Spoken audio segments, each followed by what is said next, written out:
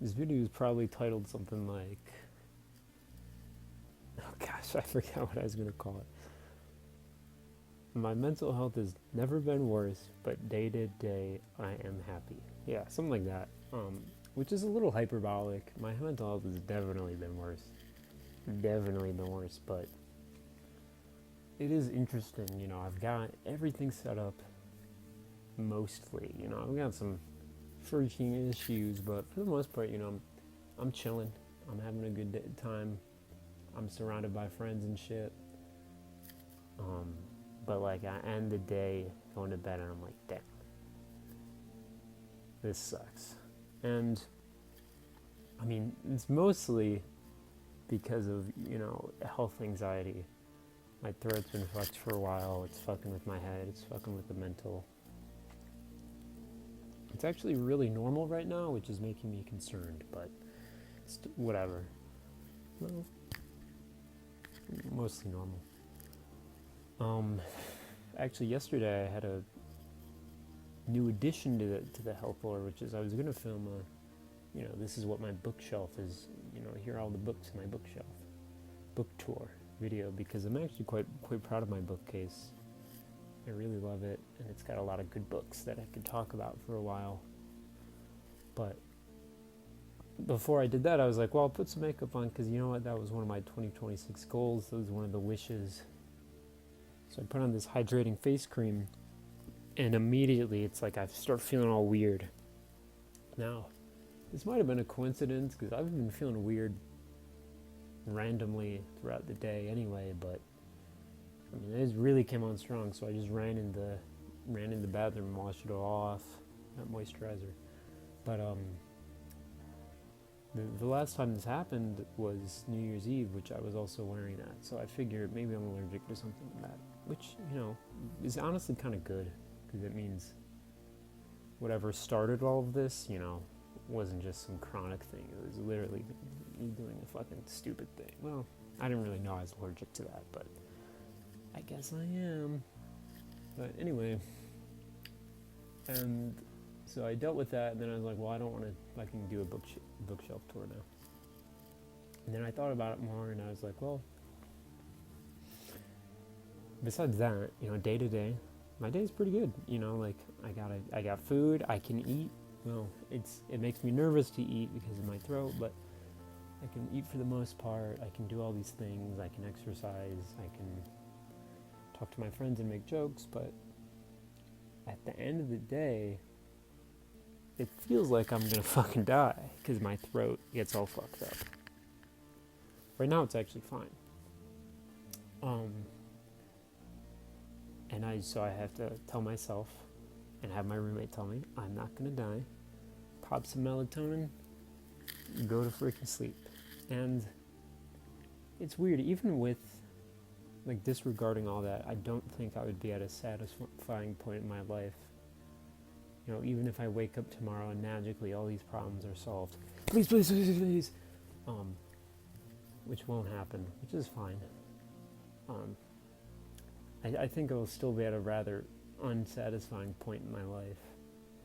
And I mean, the main reason for that would be, right, the state I'm in, the horrid creature-like state of being half in, half out. Liminal sort of existence, a liminal gender identity, at least to most people. Not solidly in me, but, it's in my acting portrayals as a human being. Quite a degrading thing, and it only gets more and more degrading by the day and frustrating by the day. But, and also because of my lack of independence as a human, not having a car in America fucking sucks. I mean, it just means you're not really independent. I mean, I'm grateful I live in a college town where that's like sort of alleviated. I can walk around, I can walk to the store and get sour candy because I kind of accidentally made myself menopausal for a couple days, and I'm still kind of coming off that, although I hope it will go away soon. Story for another day. My mom recommended sour candy for menopause symptoms. Yeah. And exercise is always good. But, gosh, what was I saying? What the fuck? I know I made myself menopausal.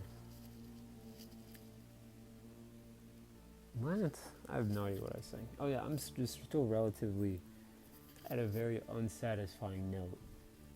Which sucks because I've had previous, times where it's like, in my life where it's like, yeah, it was difficult, but, I was living a full life. This doesn't feel like a full life.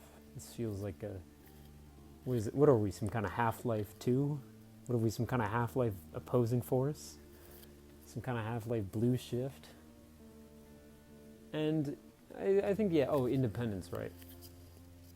And that sucks, right, for me as a developing human, because that means I can't really go out and meet new people.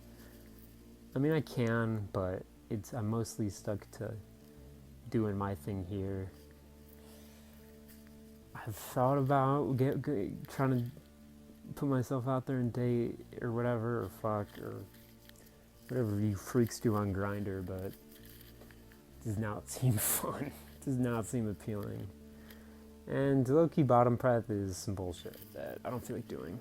And I'm also not healthy, so I'm not doing all that. But yeah, it's just like I'm very dependent on a lot of things and people.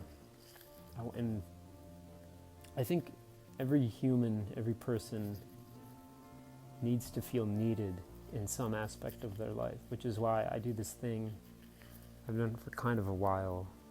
It's a little embarrassing, but I watch these VTubers, and I don't watch big VTubers. And before you talk about Iron Mouse or here's some elite polls, Muna Hashinova, Ayunda Risu, those are my goats. Shout out Hololive Indonesia. But no, oh my god. But I follow these VTubers that have like 100 subscribers, 10 subscribers, maybe 1,000, a couple thousand.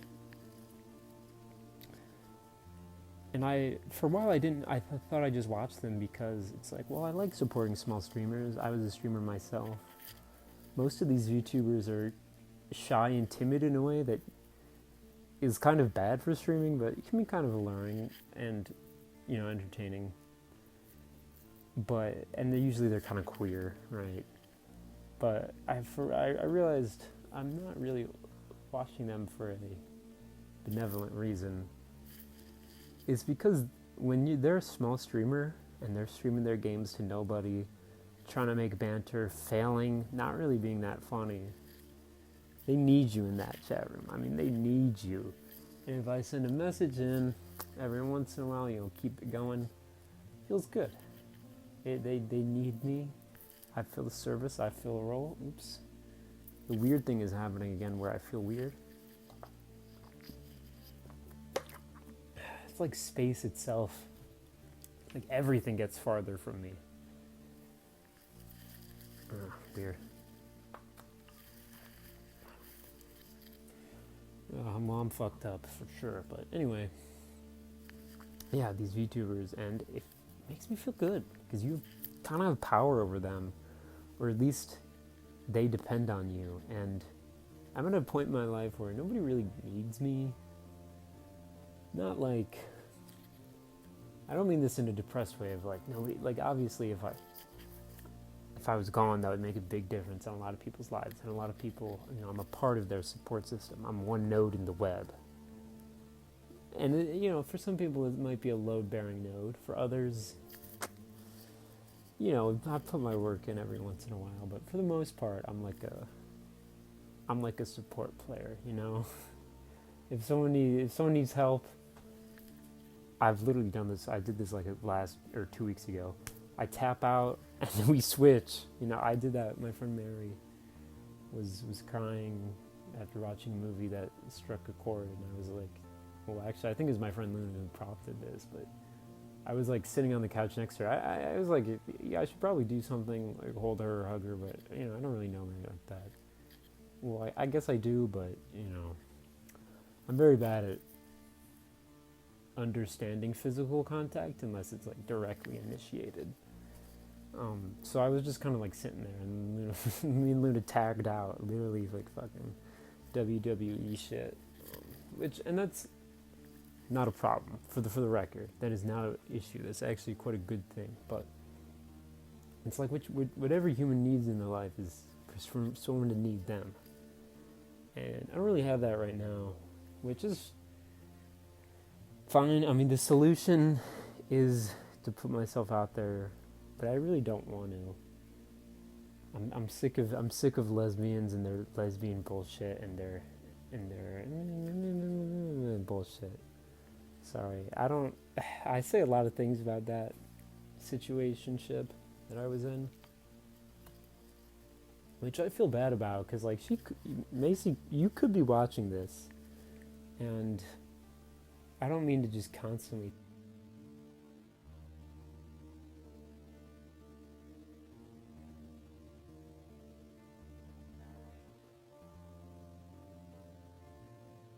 You kind of left me in a liminal state, which I keep ending up in, and that was some bullshit. So I'm gonna make jokes about it. I make fun of myself for being kind of stupid, but that's okay. I mean, when you're 21 and under, you're actually allowed to be a little stupid and make mistakes. After that, though, you're unk. You're unk status. You're a girl unk. You're a gunk. Or an unk, or a non-binary unk, or a nunk, as we call them. And then you can't make any mistakes anymore, so been nice, but yeah, don't know. That's kind of the state I'm in. I do want to still do that book showcase, because I got some awesome fucking books. I got some shit to say about some of these books, but for now, liminal.